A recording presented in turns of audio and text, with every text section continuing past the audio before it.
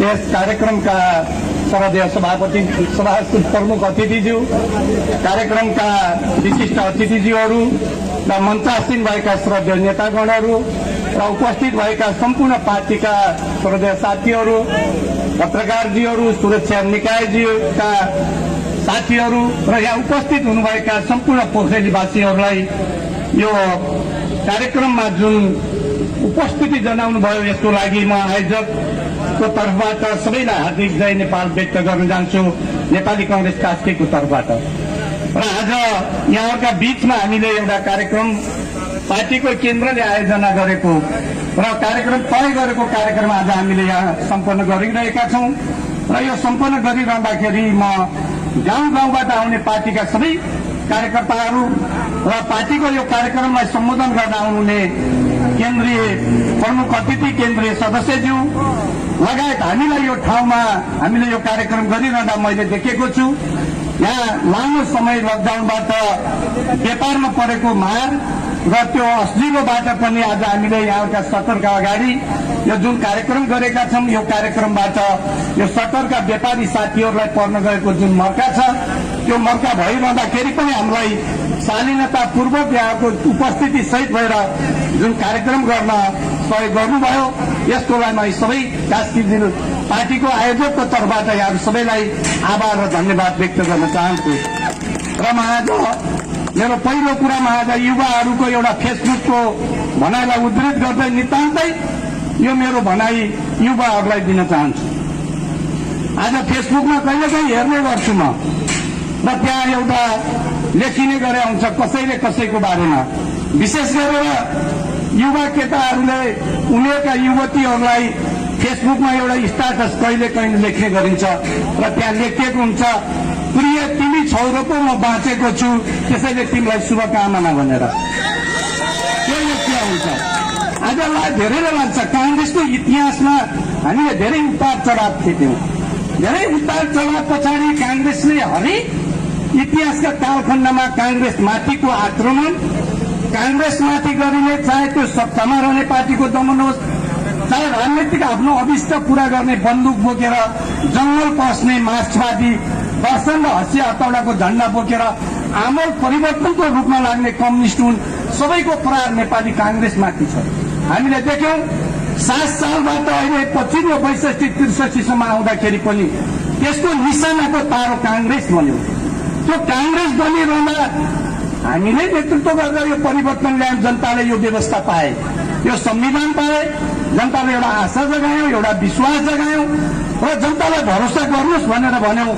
तर त्यही संविधान भित्र ल्याएको संविधान पछाडि हामीले निर्वाचन हामीले पराजित भयौं। त्यो पराजित हुँदा धेरैले प्रश्न, यो कांग्रेस कसरी बाँचेको छ, यो कांग्रेसलाई केले बचाएको छ? यत्रमा हत्या हुन्छ, कांग्रेसका लाखौं कार्यकर्ता घर छोडेर विस्थापित भए, हजारौं मान्छेले शहादत प्राप्त गरे, हजारौं मान्छे अंग भए। यस्तो हुँदा अनि चुनाव हुन्छ, कांग्रेस हार्छ, तर कांग्रेस शालीनतापूर्वक कांग्रेस कहीँ कसैलाई नबिगारी बस्छ। यो कांग्रेस कसरी बाँचेको छ आज एउटा प्रश्न छ। त्यसको एउटै कुरा हो, मैले अहिले भने प्रिय तिमी छौ र पो म बाँचेको छु, शुभकामना भने जस्तो युवा तरुण विद्यार्थी तिमी छौ र कांग्रेस बाँचेको छ, तिम्रो आशामा बाँचेको छ, तिम्रो भविष्यमा बाँचेको छ, तिम्रो भविष्यको लागि कांग्रेस बाँचेको छ। कांग्रेस अब कांग्रेसको लागि होइन, कांग्रेस अब मभन्दा माथिका उमेरको लागि कांग्रेस बाँचेको छैन। कांग्रेसले नेतृत्व आफ्नो पदको लागि होइन, कांग्रेसले युवाको लागि, त्यो युवा नेपाली कांग्रेसको, नेपाल विद्यार्थी संघको युवा मात्रै होइन, त्यो युवा तरुण दलको युवा मात्रै होइन, त्यो युवा नेपालभित्रको कम्युनिस्टको युथ फोर्समा लागेको युवालाई पनि कांग्रेसले संरक्षण र नेतृत्व गर्नुपर्छ। कम्युनिस्टका झण्डा बोक्ने युवाको लागि पनि यो कांग्रेसले आज हरेक मोडमा आफूलाई उभ्याएको छ। त्यसैले युवा तिमी छौ र कांग्रेस छ, त्यसैले तिमी छौ युवा र कांग्रेस छ। त्यसैले हामीले यो परिस्थितिमा पनि हामी आन्दोलनमा आयौं। आज हामीले देख्यौं के फरक छ, कम्युनिस्ट र कांग्रेसमा के फरक छ, एउटा प्रश्न छ। म धेरै यसको जवाब उत्तर दिन्न, एउटा मात्रै कुरा दिन्छु म। आज हजारौं मान्छे पोखरामा निस्के, हामीले कसैलाई दबाब दिएनौं, कसैलाई करप्ट गरेनौं। हामीले शालीनतापूर्वक हामीले सोशल मिडिया र फोनबाट अनुरोध गर्यौं, हामीले माइकिङ गरेनौं, हामीले वाल पेन्ट लेखेनौं, हामीले कुनै पेपर छापेनौं। हामीले जनतालाई भन्यौं आउनुहोस् तपाईहरू 29 गते पोखरा आउनुहोस्, चिप्लेढुङ्गामा जम्मा हौं। अनि गएर कोटेली चोकमा कार्यक्रम गर्यौं भन्यौं। हजारौंको जुलुस आज चिप्लेढुङ्गाबाट जुलुस आयो। आज तपाईलाई एउटा उदाहरण म दिन्छु। सायद यही कार्यक्रम कुनै कम्युनिस्ट पार्टीको नाममा हुन्थ्यो भने हामीले सुरक्षा निकायका साथीहरू देखेका छौं। सुरक्षा निकायका साथीहरू त हुन्छन् नै। यदि यो कुनै कम्युनिस्टहरूको यो कार्यक्रम र जुलुस थियो भने यहाँ पानीका फोडा बोक्ने दमकल पनि हुन्थ्यो। किन कम्युनिस्टहरू अनुशासनहीन हुन्छ। तिनले कहाँ कसका गाडी फोड्छन्, तिनका कार्यकर्ताले कसका सत्तरमा ढुङ्गा हान्छन्, तिनका कार्यकर्ताले कसका मोटरसाइकलको ट्युबको हावा फालिदिन्छन्, आगो लाग्छ। एउटा सँगसँगै दमकल हुन्थ्यो। तर आज हजारौंको जुलुस हामीले यहाँ निकाल्यौं। मैले अहिले भने यो सत्तरका व्यापारीहरूलाई मौका परेको छ। म फेरि पनि क्षमा याचना उहाँसँग चाहन्छु। तर हामीले पृथ्वी चोकको पोखराको चोकमा एउटा गाडी यो कार्यक्रमका कारणले रोकिएन। एउटा कसैलाई अश्लील शब्द यो कार्यक्रममा उपस्थित हुने बोलेन। हामीले बाटो चल्न दिएका छौं, दोकानहरू सम्भव भएका खुल्न दिएका छौं। त्यसैलाई अप्ठ्यारो गर्छौं। कांग्रेस र कम्युनिस्टको फरक यही हो। यति बुझ्यो भने कांग्रेस के हो थाहा हुन्छ साथी। यति बुझ्यो बुझ्छ, धेरै बुझ्नु पर्दैन। त्यसैले यो कोरोनाको यो महामारीमा कांग्रेस किन सड़कमा आयो, कांग्रेस के को लागि सड़कमा आयो? म आज अनुरोध गर्न चाहन्छु सबैसँग। आज हामीले जुन संघीय लोकतान्त्रिक गणतन्त्र नेपाल हामीले प्राप्त गरेका छौं, यो प्राप्त गरेको संघीय लोकतान्त्रिक गणतन्त्र नेपालको आन्दोलनको इतिहासलाई हेर्यो भने यो ख्यालको छैन साथी। 7 सालबाट पछिल्लो 62-63 को आन्दोलनसम्म आइरहँदाखेरि यति धेरैले कुर्बानी गरे, यति धेरैले शहादत प्राप्त गरे। हामीले गर्यौं, सरकार र लड्नेहरूले गरे, बन्दुक बोकेर जंगल जाने माओवादीले गरे।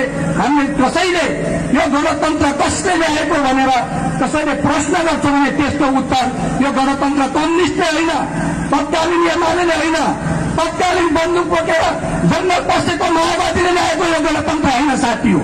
यो गणतन्त्र भ्यालेन्टाइन डेमा कुनै प्रेमिकाले प्रेमिकालाई किस्तीमा राखेर दिएको गुलाबको फूल होइन साथी। हेर्छ यो गणतन्त्रमाथि, यो गणतन्त्रलाई ख्याल चाहन्छौं।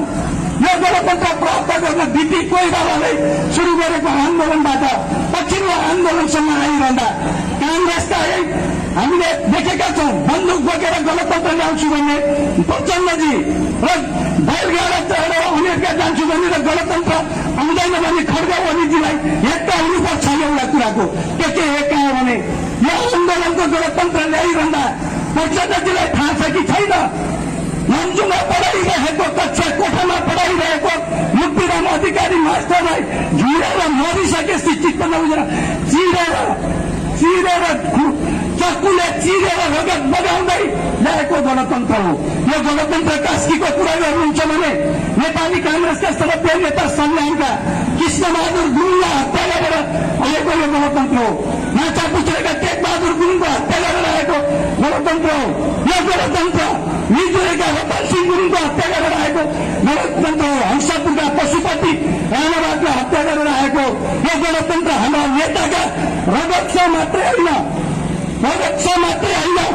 काठमाडौँमा बैलगाडा चढेर गणतन्त्र आउँदैन भनेर कम्युनिस्टले भाषण गरिरहँदा काठमाडौँको बसन्तपुरमा 80 वर्षको गिरिजा प्रसाद कोइरालाले यो देशमा गणतन्त्र ल्याउँछु भन्दा हानेको लाठी त्यो निधारमा बजिरहँदा गिरिजा प्रसाद कोइरालाको रगत र कास्की जिल्लाका शहीद नेताहरूको रगत सडेर साटेर ल्याएको गणतन्त्र हामी कसैले घोषणा दिँदैनौँ, कसैले आश नगरेर हुन्छ, कसैले विश्वास नगरेर हुन्छ।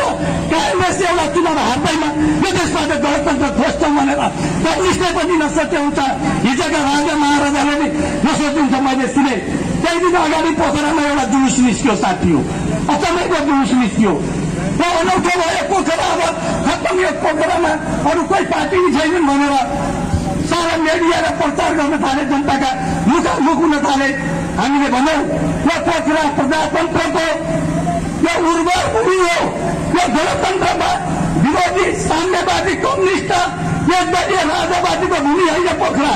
हामीले देखेका छौँ 36 सालको बहुदल निर्दलमा राजाले पञ्चायतको पहिलोमा भोट हाल्ने कम्युनिस्टहरू पञ्चहरूलाई एकै ठाउँ भोट हाल्दाखेरि पनि बहुदलले जिताएको यो प्रजातान्त्रिक उर्वर भूमियो साथी हामी यो फसिन दिँदैन। कास केन्द्रले प्रजातन्त्रवादीले यो गणतन्त्र फस्न दिँदैन।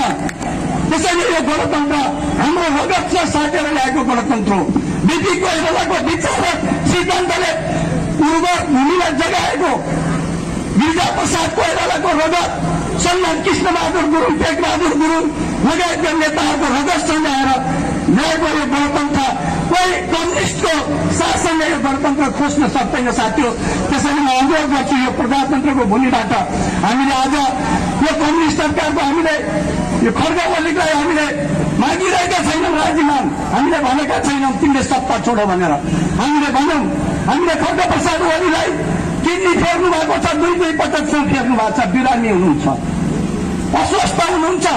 हामीले भन्यौँ सम्माननीय मुलुकको प्रधानमन्त्री तपाईँ अध्यक्ष कम्युनिस्ट पार्टीको होला, तर प्रधानमन्त्री मेरो पनि हो, मेरो प्रिय प्रधानमन्त्री।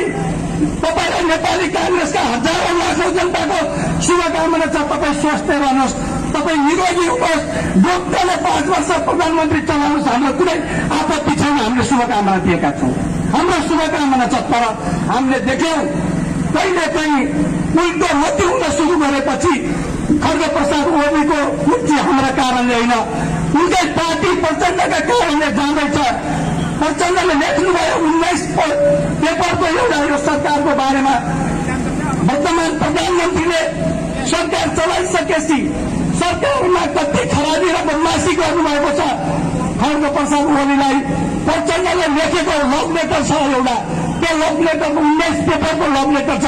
त्यहाँ उहाँले लेख्नुभयो, सम्माननीय प्रधानमन्त्रीज्यू तपाईँले जनताको शान्ति सुरक्षा कायम गर्न सक्नु भएन।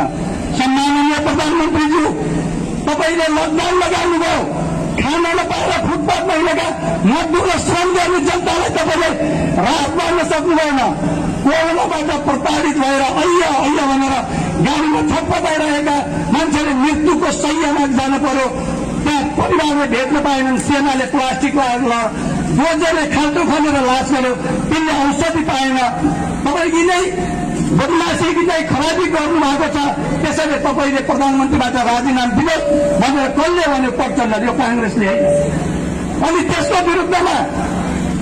विरुद्धमा फेरि प्रियसी कमरेड प्रचण्ड तपाईँका जवाब, तपाईँका लभ लेटरले मेरो मुटु छिया छ भनेर सुरु गर्दै उहाँले 38 पेटे फेरि अर्को लभ लेटर पठाउनु भयो। 38 पेपर लभ लेटरमा फेरि लेख्नुभयो, प्रचण्डजी तपाईँले हिजो केन्द्रमानमा बसेका तपाईँका लालसेनहरूलाई दान भएको अरबौं रुपियाँ कहाँ आउनुभयो? उहाँले सोध्नुभयो, प्रचण्डलाई सोध्नुभयो, तपाईँले 17,000 मान्छे किन आउनुभयो? तपाईँले गाउँबाट गाउँ हिँड्ने गरेर गाउँमा एउटा विचार मान्ने पार्टीका मान्छेलाई विस्थापित किन गर्नुभयो भनेर आज प्रश्नका लभ लेटर चलेका छन्।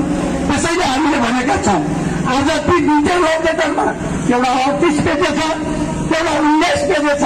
38 र 19 को 67 पेजे लभ लेटरमा कहिले उठेन लिपुलेखको बारेमा प्रश्न, कहिले लेखिएन कालापानीको बारेमा, कहिले लेखिएन कांग्रेसका जीवन व्यवसायीले उत्तरबाट चाहिँ चीनले सीमामा निच्यो भनेर एउटा ज्ञापन पत्र सरकारलाई बुझाउनु भयो, त्यसको बारेमा बोलिएन। कोरोनाको उपचार नपाएर गाडीमा हस्पिटल चार्दै मरेकी, पोखरामा सेन्टबाट आएकी, पोखरामा आएर मृत्यु गरेकी धनमाया गुरुङको बारेमा लेखिएन। खाना नपाएर सडकमा काम फसिएका मजदुरको बारेमा लेखिएन। बन्द भएका सरकार र उद्योगहरूको बारेमा लेखिएन। सरकार उल्टो कर तिर्न, सरकार उल्टो ऋण लिन सरकार आज जवाब दिएको छ। त्यहाँ के लेखियो? सत्ताको सौदाबाजीको रूपमा म तिमीलाई यो कुरा दिन्छु, मलाई सरकारमा बस्न देन। त्यसैले हामीले भन्यौं यो सरकार जनताका नजरमा गिरेको छ। कांग्रेसको नजरमा गिरे भन्दा प्रतिपक्ष हो भन्नु होला। जनताका नजरमा सरकार गिरेको छ। अन्तर्राष्ट्रिय क्षेत्रमा सरकारको नेपाली जनताको सिंह नेपालको शिर निहुरिएको छ। अब हामीले त्यसैले भन्यौं खड्ग ओली तिमी शूद्र, हामी अझै पनि राजीनामा माग्दैनौँ, तिमी शूद्र, तिमीले सरकारमा परिवर्तन गर, जनताको बारेमा बोल, उपचार नपाएकाको बारेमा बोल। तपाईँको कोरोनाका औषधि खरिद गरिरहँदा कम्पनीले गरेको अरबौं रुपियाँ भ्रष्टाचार, व्हाइट बडी प्लेन किन्दाखेरि गरेको 4 अरबको भ्रष्टाचार, अनि तपाईँले भ्रष्टाचारको चाङमाथि राखेका तपाईँका मन्त्री गोकुल बास्कोटा अनि भानुवाटाको जग्गाको लालपुर्जा सिराना हालेर तपाईँका भाइर अर्थमन्त्री बनाएका विष्णु पौडेललाई कारवाही गर, तर सरकार तिमी चलाऊ हामीले भनेका छौँ। यो हाम्रो हार्दिकता हो, हाम्रो यो महानता हो। हाम्रो यो हार्दिकताको महानतालाई यदि खड्ग ओलीले कमजोर ठान्छन् भने यो सरकार त रहँदैन। हेर्नुहोला इतिहासमा जहाँसुकै कांग्रेस चुनाव हारेको छ, अर्को चुनाव जित्छ प्रजातन्त्रमा, तर कम्युनिस्टहरूले हारे भने सबैको लागि सत्ता गुमाएका छौँ इतिहासमा। हामी चाहन्छौँ, हामी त सबै लडेको पार्टी, हामीले सबै हत्यामा गरेर गइरहेको पार्टी गरेर आन्दोलनमा गइरहेको कम्युनिस्ट पार्टी यो देशमा रहोस् भन्ने हाम्रो चाहना छ। यो देशमा कम्युनिस्ट पार्टी बाँच्नुपर्छ भन्ने हाम्रो चाहना, तर हामीले दिएका आशीर्वादले लाग्दैन भने यो उसका कारणले जान्छ। त्यसैले मैले यहाँसँग के अनुरोध गर्न खोजेको हो भने त्यो मुलुकैले आक्रान्त छ, हामी सडकमा आएका छौँ। धेरैलाई लाग्छ रामचन्द्र पौडेल पिट्टेपछि मात्रै कांग्रेस आयो, त्यो मात्र होइन, त्यो संयोग हो, त्यो संयोग हो। कांग्रेस सडकमा आउँदै थियो, सडकमा आउने सवालमा जाँदा हामी केही ढिला भएका थियौँ। त्यसैले आज तपाईँहरूले जुन उपस्थिति भव्य उपस्थिति गरेर सोख्रालाई त्यो कांग्रेसको पक्षमा होइन, कांग्रेस हुन जरुरी छैन, कम्युनिस्ट पनि हुनुहोस्, तर पोखरेली जनता, कस्केरी जनता गणतन्त्र र प्रजातन्त्रको पक्षमा छ भनेर जुन प्रदर्शन गर्नुभयो त्यसको लागि आयोजक जिल्ला नेपाली कांग्रेसका अस्तिको तर्फबाट ठूलो आभार व्यक्त गर्न चाहन्छु र धन्यवाद दिन चाहन्छु। यो खालको भावना प्रजातन्त्रको रक्षाको लागि तपाईँले सधैँ व्यक्त गरिरहनुहोस्, सडकमा आवश्यक अनुसार आउने पनि गर्नुहोस् भन्दै म अन्तिममा यो कार्यक्रममा यहाँ उपस्थित हुनुभएका सभ्य प्रमुख अतिथिज्यूहरू, सम्पूर्ण सहभागी साथीहरू, पत्रकारजीहरू, सुरक्षा निकायका साथीहरू र विशेष गरेर म पुनः पनि फेरि धन्यवाद दिन चाहन्छु। मेरो धन्यवादले तपाईँहरूको आज गरेको व्यापारमा गरेको घाटा पूरा हुँदैन, तर पनि म तपाईँहरूसँग आज नतमस्तक हुँदै यहाँका सटरहरूले जुन कार्यक्रम गर्न हामीलाई सहयोग गर्नुभयो त्यो सबै व्यापारीहरूलाई म सबैभन्दा धेरै मुरी धन्यवाद र आभार व्यक्त गर्दै यो कार्यक्रममा उपस्थित भएकोमा सबैलाई धन्यवाद सहित बिदा हुन्छु। जय नेपाल।